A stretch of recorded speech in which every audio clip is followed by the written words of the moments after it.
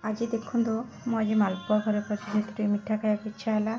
କଦଳୀ ନଡ଼ିଆ ଆଉ ଆମର ସୁଜି ଅଟା ଲୁଣ କ୍ଷୀର ସବୁ ମୁଁ ଗ୍ରାଇंडिंग କରିକି बनाऊँगी। तो घरे थिबा अवस्था एसब जिन बन पार्टी क्या फास्टफुड्रे जावा बेले मुझे किसी बन पार्नी घरे घरे थिला आज गुरुवार मुझे बनाऊँगी मालपुआ देखा